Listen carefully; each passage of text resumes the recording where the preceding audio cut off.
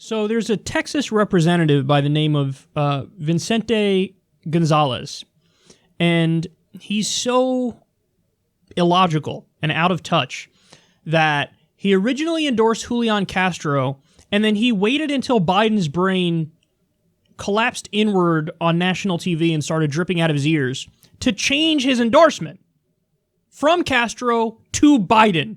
Watch this. Do you stand by your endorsement of Secretary Castro? Well, I think at this point in time, we need to narrow the field and unite as Democrats to defeat Trump in November 2020. And that's why I believe I'm moving my support to Vice President Joe Biden. I think he's certainly showed the statesmanship throughout every single debate. He's been the steady ship. He has 8 years experience in the White House already. He had a distinguished career in the Senate. He has a story that resonates with the American people, and I clearly believe that he is the candidate that can get us past the finish line.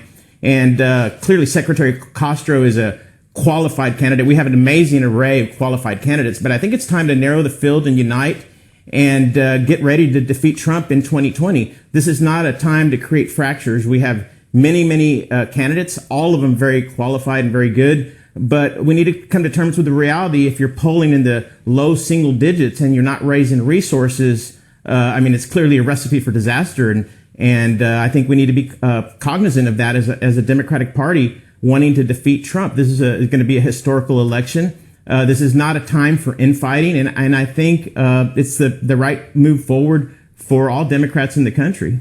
And the American people in general. You say this is not a time for infighting, but I'm also hearing that you're switching from the Castro camp to now endorsing Vice President Biden is not because of that exchange at the debate, even though a lot of Biden people criticized Secretary Castro very strongly, saying that he was disrespectful. That's not the reason, though.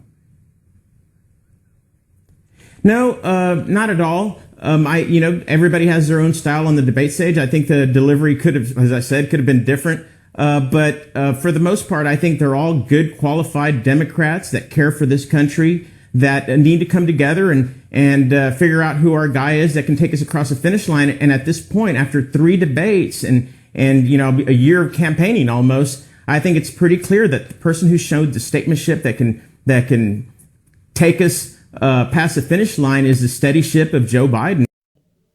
The steady ship of Joe Biden. This seems more like an SNL skit than real life. Dude, what did they give you? There's a decent chance that they actually, old school bribed this dude. The steady ship of Joe Biden. Imagine endorsing somebody for president and at no point in your endorsement bringing up policy. Must be nice to be that comfortable. Go talk to any Bernie supporter, anyone. I guarantee you 100% of them will bring up policy. It might not be the same policy, but they'll bring up policy without question. He just endorsed Biden, didn't mention a single policy, and called him the steady ship. Dude, he rambled about record players at the last debate. He was asked a question about slavery and race and a direct quote that he said back in the day on that issue. And then he started rambling about, you got to do the right thing. You got to make sure the record player's on at night. Make sure the kids hear words. What? Every debate, he's had really awkward, cringeworthy moments.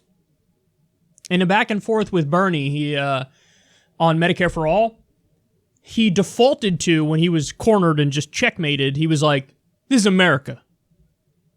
And he loves to say that all the time. The other thing he says all the time is, fact of the matter is, come on, man. Fact of the matter is, come on, man. Those are the two things he says those all the time. So this guy says, Representative Gonzalez says, we, quote, have to unite.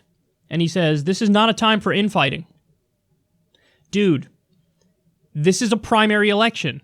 It, of course, is the time for infighting. That's the whole reason for a primary. Figure out who the people like the best and then pick that person, and that'll be our candidate. You have to make distinctions and differentiate between the candidates. You have to do that. Oh, God, he's so out of touch. Not the time for infighting, and you have to unite. And then finally he says, well, he's the candidate that can win. That's why I'm going for Biden. I said this earlier, but it really is the case that Biden is the weakest candidate to go up against Trump. I really believe that now. He's way weaker than anybody thought previously. I previously thought he was much stronger. Why? Because his record was, in one-on-one debates with Republicans, he obliterated Sarah Palin, he obliterated Paul Ryan. But you got to remember, guys, this is, 2008 Joe Biden and 2012 Joe Biden. Today we're talking about 2019 Joe Biden. He's a different person. He has definitely changed. He's incoherent. He just babbles and says nothing now. And Donald Trump, even though Trump has some serious psychological deterioration as well, the difference is Donald Trump already has Trump stance. He already has people who are ride or die with him to the max. Whereas Biden, he's got the default support, the lazy support, people who go, I don't follow politics too closely, but I heard Biden's running and sure, I'm with Biden.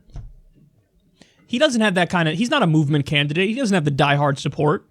So you got two people with failing brains. One of them has massive grassroots support. The other one has got tepid supporters. Guys, this is a perfect storm. This will be Hillary 2016 all over again. If it's Trump versus Biden, Trump is the favorite. Okay? I said the same thing about Hillary versus Trump, and I was right. I'm warning you right now. And honestly, I sincerely believe Julian Castro would have a better chance of beating Trump than Biden does. I mean that. I made fun of Julian Castro ruthlessly for a lot of his out of touch, silly ads when he launched and he was too on script. But since then, he's been very kind of miserable on the campaign trail, but he sells better when he's miserable. That's for sure. He actually is a pretty solid debater when he's drops his bullshit facade act and he just is a normal person. So anyway, there you have it. Imagine after watching Biden talk about record players and talk about corn pop and all that stuff, choosing now to endorse him. When previously you endorsed somebody else. It's beyond embarrassing.